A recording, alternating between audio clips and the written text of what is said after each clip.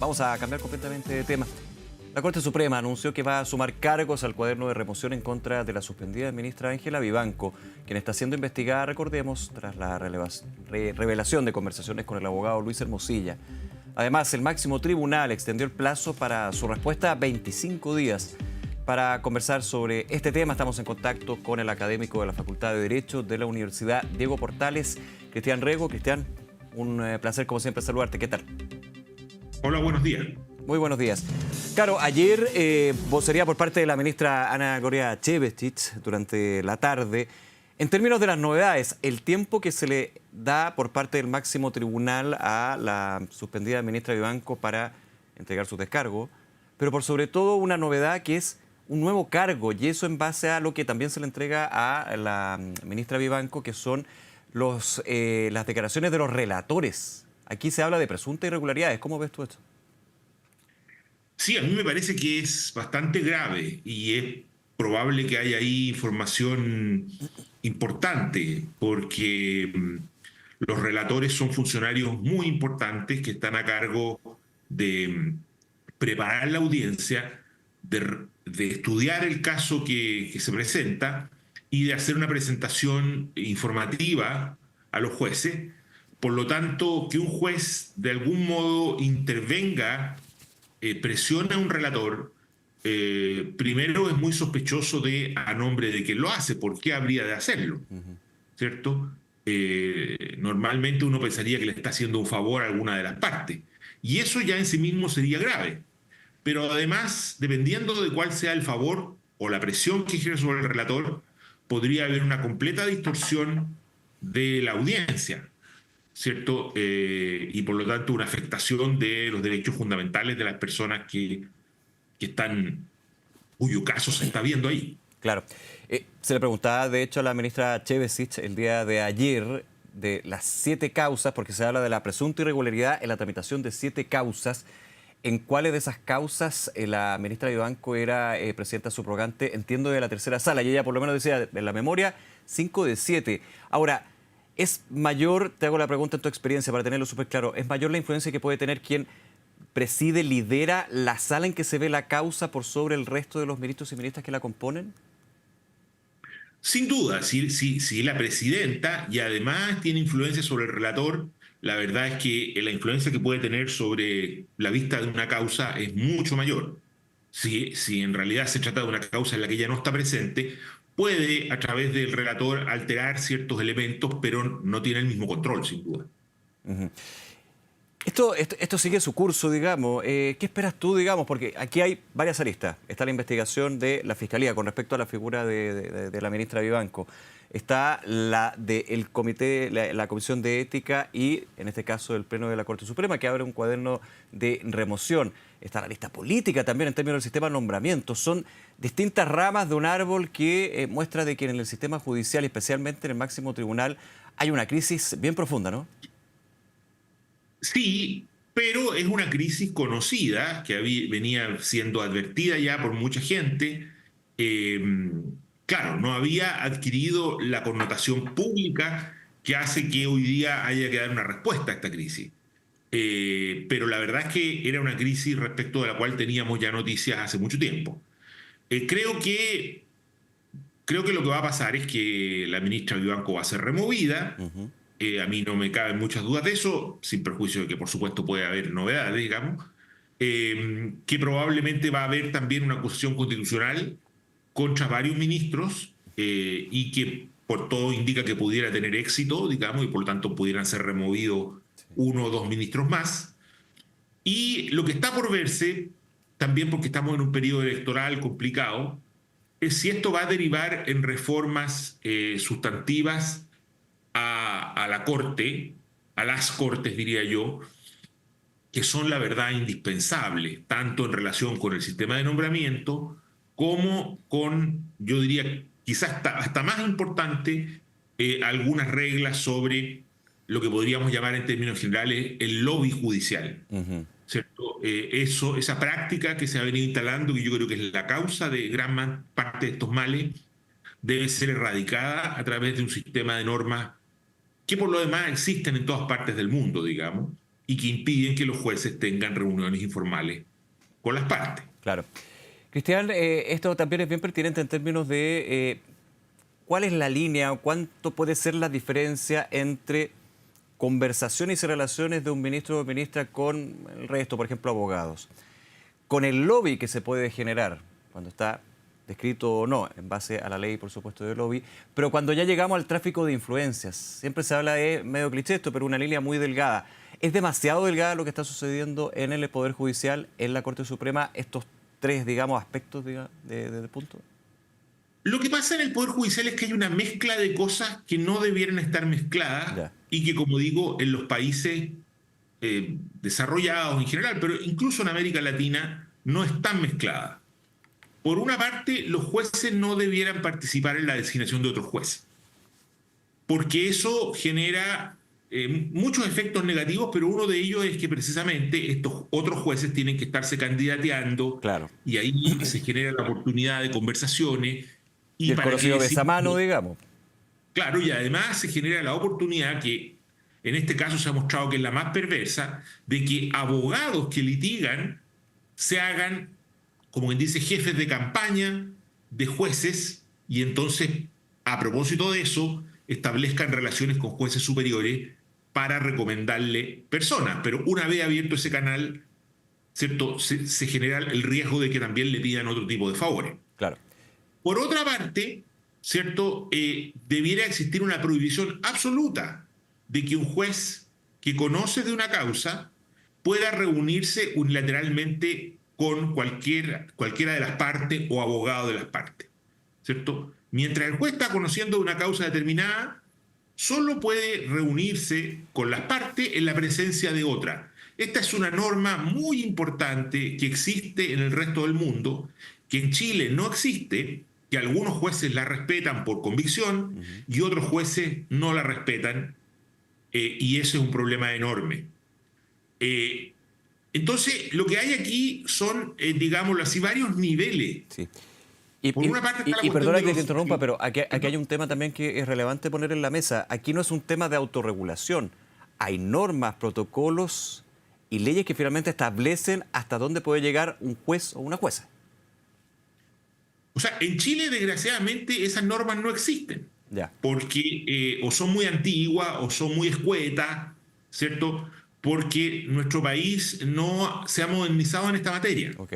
Cuando se hizo la transición a la democracia, hay que recordar que hubo un intento por reformar, digamos, el Poder Judicial, que no fructificó, y entonces hasta el día de hoy seguimos funcionando con una normatividad que es propia, ¿cierto?, del siglo XIX. Claro. No considera, por Eh, ejemplo, las comunicaciones vía WhatsApp, que ha sido el gran tema aquí. no, ni siquiera las reuniones informales, antes del WhatsApp, Por ¿cierto? supuesto. ¿Para qué decir en relación con el WhatsApp? Pero, por ejemplo, esta cuestión de si yo puedo hablar con un juez sobre la causa pendiente, en Chile no está clara y hay jueces que lo admiten y hay abogados que lo hacen. Claro, siempre hemos entendido que eso sería, algunos entienden, yo no, pero algunos entienden que eso sería legítimo, pero incluso algunos jueces entienden que sería legítimo. El problema es que en esa reunión privada, ¿cierto? La posibilidad de que se vaya más allá y se pida ya directamente un favor, eh, o se cobren favores que se han realizado antes, por ejemplo, en el proceso de designación del juez, es una norma que no está suficientemente asentada. De hecho, no está formalmente establecida en los códigos. Cristian, déjame hacer un paréntesis ahí y estaba recordando lo que fue una entrevista en La Tercera el fin de semana al expresidente de la Corte Suprema, el exministro Milton Huica. Hablaba de varios temas, de lo que estamos comentando también en términos del sistema de nombramiento, las reformas que son necesarias, pero sobre la situación específicamente de la ministra Vivanco y el ministro Jean-Pierre Matos, englobado, digamos, en este caso, audio. Ella le decía en esta situación, los ministros deberían dar un paso al costado, deberían renunciar antes de que se llegue a una definición por parte de sea la Suprema o eventualmente un efecto de la acusación constitucional. ¿Tú estás de acuerdo con esa mirada del expresidente de la Corte Suprema? Probablemente sí. Yo no creo que tenga mucho sentido esta defensa agresiva que por lo demás hasta ahora solo ha manifestado la ministra Vivanco, ¿cierto? Esto de defenderse con dientes y muelas, no me parece productivo porque aunque, digámoslo así, en el mejor de los casos, aunque ella tuviera razón o su abogado tuviera razón, y estas conductas no fueran delictivas, o incluso pudiese haber algunos aminorantes de responsabilidad, lo que pasa es que la ciudadanía espera que los jueces de la Corte Suprema no sean solo personas que no han sido sancionadas por delitos u otras infracciones, sino que sean personas con una especial respetabilidad, prestigio, ¿cierto? Y rigurosos en el cumplimiento de su deber. Y a lo menos eso ya no existe en este caso. Y por lo tanto, si la ministra Vivanco se mantuviera en la Corte, cosa que no creo posible, pero si se mantuviera en la Corte, sería muy malo para la Corte y muy malo para ella misma. Sí, claro. Habría un permanente cuestionamiento de su función, Bueno, para la Corte y tú apuntas a lo que podríamos decir convivencia dentro de la Corte Suprema. Yo sé que finalmente, a ver, no debería ser el máximo, digamos, que los ministros tengan una buena convivencia o no. Finalmente están cumpliendo una labor pública, pero de todas maneras estamos hablando de un grupo de personas, seres humanos, donde evidentemente ya cuando se abre el cuaderno de remoción de manera unánime por parte del Pleno de la Corte Suprema, salvo algunas excepciones que no estuvieron presentes, eso ya te habla de una crisis bien interna dentro de sus integrantes. yo creo que lo más importante es el prestigio de la Corte. Ok. La Corte Suprema es una institución que, a diferencia de otras, digamos, no tiene ni un gran personal, ni un gran presupuesto, sino que basa su poder, en el fondo, en su prestigio. La idea de que los jueces tienen que ser personas sabias, tienen que ser personas honestas, tienen que ser personas apegadas a ciertos procedimientos, es lo que le da legitimidad a la Corte frente a la población. Esa legitimidad está en crisis y si la Corte no logra autodepurarse y volver a establecer, a lo menos en un mínimo, esas prácticas y esos principios, me temo yo que la crisis va a continuar. Ahora, esto desde lo que sería la arista o la vía judicial propia, digamos, de la Corte Suprema en estos casos en particular. Ahora, si vamos a lo legislativo fiscalizador, ya están anunciadas para el regreso de Fiestas Patrias, acusaciones constitucionales, y si vamos viendo los anuncios que se han dado en la oposición y oficialismo, en la Cámara de Diputadas y Diputados, el que tiene una aceptación y el levantarlo de manera transversal es justamente la acusación constitucional contra la ministra Vivanco. Habrá que verlo en su mérito, cuáles son los argumentos, pero si uno piensa en los votos en esta acusación constitucional, ya uno proyecta que la ministra Vivanco estaría suspendida de la Corte Suprema, pero también de la función de cargos públicos por una acusación constitucional. Claro, yo creo que por esa misma razón no creo que el Pleno de la Corte no vaya a sancionarla y a removerla, porque sería, ¿cierto? Hacer eso sería, de algún modo, manifestar su impotencia frente al problema y permitir que el Parlamento se haga cargo, lo cual sería muy grave también para el propio Poder Judicial, porque abriría la puerta, digamos, a que empezaran a haber múltiples acusaciones constitucionales contra múltiples ministros. Yo creo que para la Corte es mucho mejor manifestar con fuerza que puede autodepurarse y puede sancionar a todos aquellos a quienes violan, ¿cierto?, los principios básicos de la función.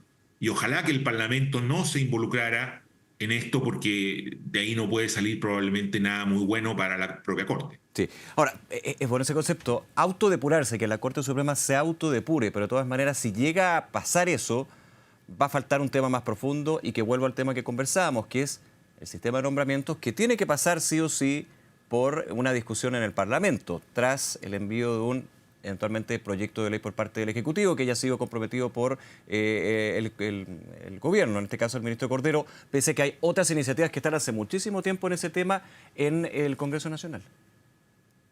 Sí, yo creo que es algo más amplio que el sistema de nombramiento. Pero sí, sin duda que esa es la tarea legislativa principal y esperemos que el Poder Ejecutivo presente un proyecto que realmente se haga cargo de las cuestiones fundamentales, porque también yo creo que el riesgo es que un proyecto, un cambio del sistema de nombramientos derive en una especie de lucha por el poder en los nombramientos. Y yo creo que aquí lo importante no es eso, sino es realmente darle garantías a la población de que los jueces van a ser nombrados por mérito, en concursos transparentes, competitivos, y en los cuales no hay ninguna posibilidad de manipulación. Ujú. En otro punto que tiene que ver con, son varios puntos, por eso es bueno poder conversar contigo latamente, Cristian. La defensa de la ministra de Vivanco ha solicitado o solicitó en su minuto que la Fiscalía Nacional no entregara los mensajes de WhatsApp a la Corte Suprema, que estaba solicitando justamente esto por parte de la Comisión de Ética. Finalmente la Fiscalía Nacional hace un giro, un cambio con respecto a una postura inicial y entrega esto. Ahora, la defensa de la ministra de Vivanco también pide los antecedentes al Comité de Éticas y lo decía la ministra Chevesic. Estos son reservados, no se puede conocer parte de la investigación. Es bien difícil la posición que tiene la defensa de Vivanco y Vivanco misma con respecto a la investigación que se lleva, no al Ministerio Público, sino del propio Pleno de la Corte Suprema, ¿no? A ver, pero yo entiendo que los antecedentes nuevos se le dieron a conocer. Como minuta y O se sea, le entregaron los mensajes, claro, finalmente. Pero exacto. ha sido un tema bien peleagudo dentro de todo lo complejo que es esto. Sí. Y en todo caso, frente a lo del Ministerio Público, la verdad es que sobre esto hay precedente. El Ministerio Público eh, había venido entregando los antecedentes de carpetas de investigativa, que en principio son secretas, cuando jueces se los habían pedido en causas de cierta relevancia, por ejemplo, en causas de violencia intrafamiliar eh, o en situaciones semejantes. Por lo tanto, a mí me parece perfectamente razonable que el Ministerio Público entregue este material cuando se trata de una causa formal, de tipo disciplinaria, que está abierta y donde este material puede ser relevante. Ahora, tú dices que es algo más bien habitual. Algunos comentaban, bueno, ¿cómo se le podría decir que no al máximo tribunal, a la Corte Suprema, cuando le pide al Ministerio Público, entendiendo que van por vías paralelas, pero dentro del mismo sistema judicial finalmente? A ver, pero de hecho le dijo que no hace poco, Hace en poco. otra causa, Sí. no recuerdo cuál fue, en que la Corte no tenía un proceso abierto, sino que quería como analizar el contenido de una cierta Porque dijo información que no se lo podía entregar a terceros. Me voy a acordar cuál causa era, pero hace poquito, de hecho. a la propia Corte. A la propia Corte, En sí. cambio, cuando se trata aquí de un proceso ya formal, abierto, que está avanzando, la Fiscalía le dijo que sí se lo entregaba. A mí me parece razonable eso. Ya, no ves ningún problema en eso, digamos. No.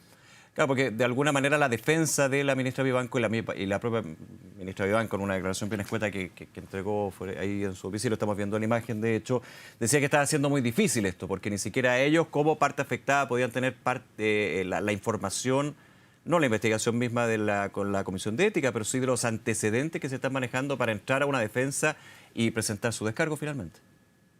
Pero yo entiendo que ahora ya tienen Ahora esos cambió, ayer lo antecedentes. dije, ayer se le entregó las minutas y todo el tema, pero ha sido bien difícil y muestra también lo que es cuando en el máximo tribunal está siendo investigada uno de los propios, digamos. Sí, así es.